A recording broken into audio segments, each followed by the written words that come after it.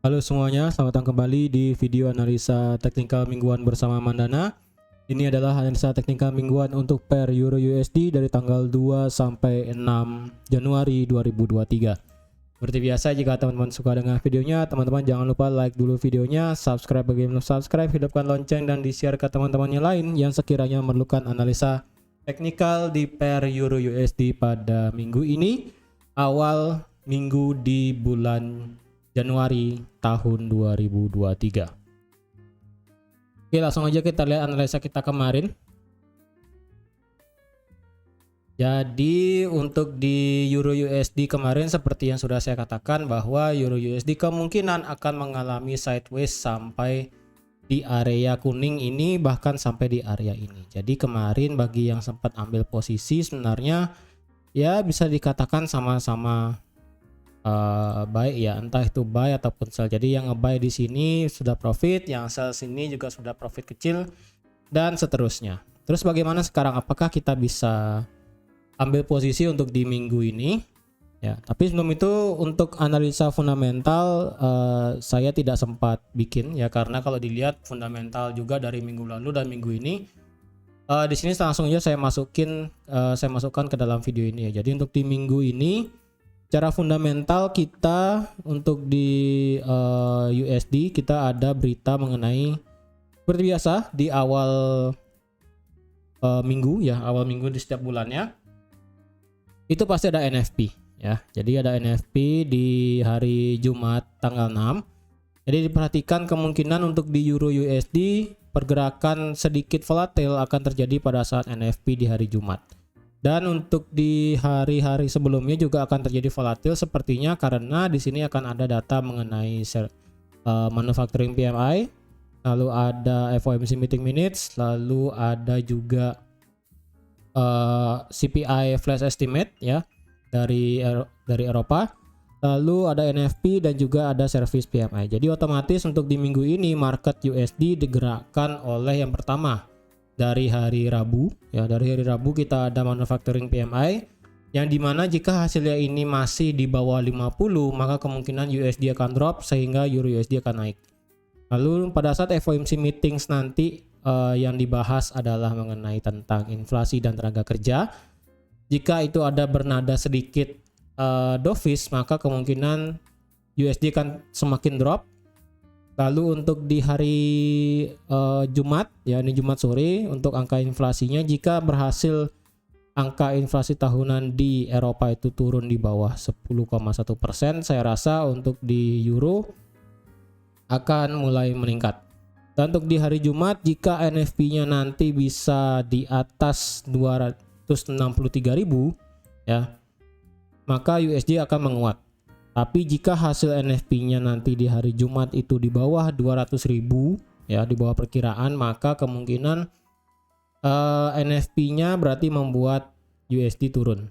Tapi kita juga perlu lihat dari angka unemployment rate-nya. Jadi untuk di minggu ini selain NFP juga di malam harinya juga akan ada mengenai service PMI. Jadi jika service PMI di sini karena masih di atas 50 ya. Jadi jika bisa service PMI itu masih bisa maintain di atas 50 ya, maka USD akan akan tetap stabil.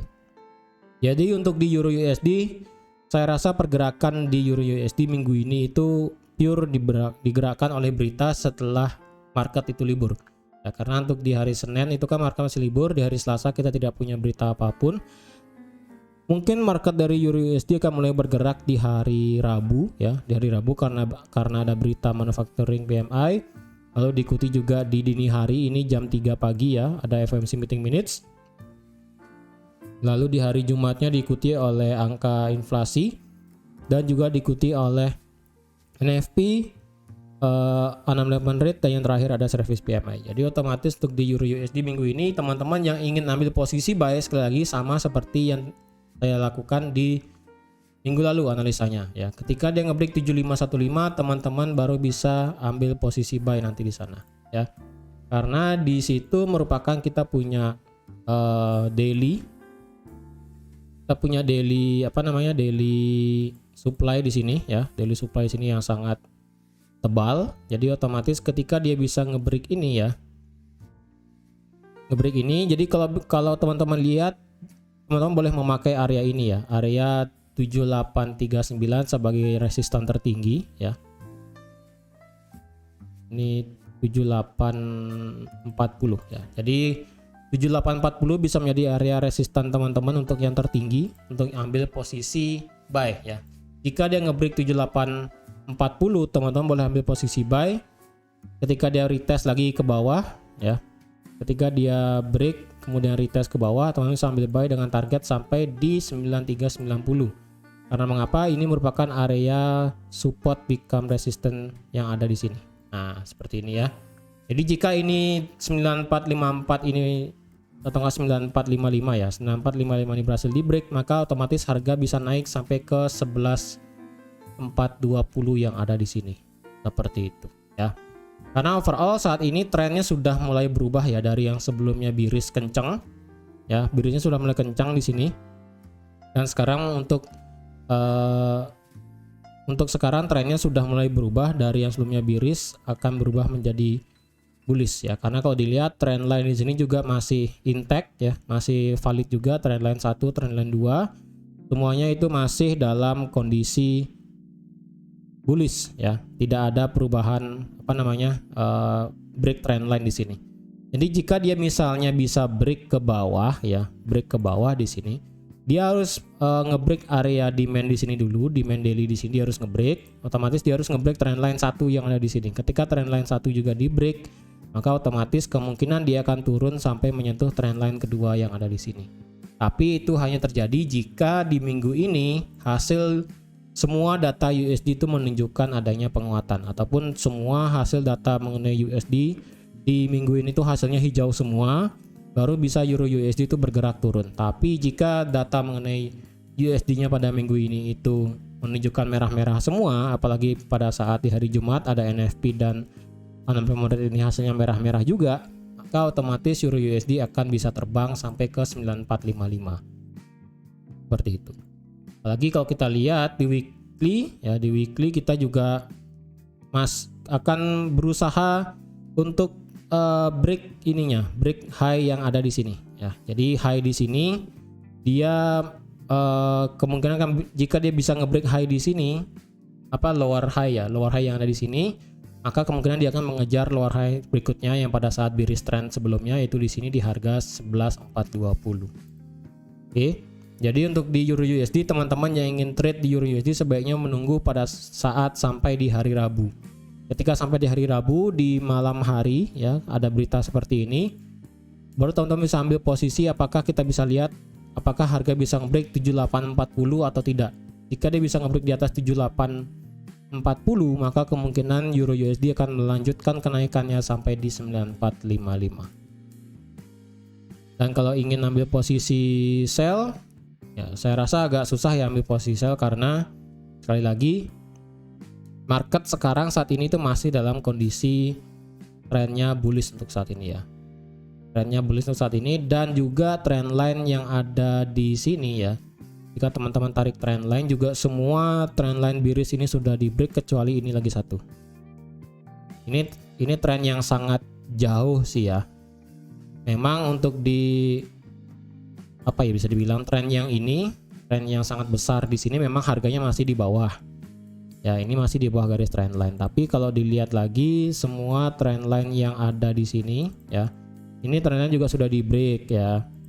Lalu kalau teman-teman pakai trend line-nya di sini, ini juga sudah di break. Jadi kalau teman-teman lihat trend line yang ada di Euro USD, bagi teman-teman yang berpandangan ini masih bearish, trend line yang sekarang hanya tersisa itu hanya trend line yang paling atas di sini ya, dari yang di tanggal 4 Januari dan yang ada di 26 Mei.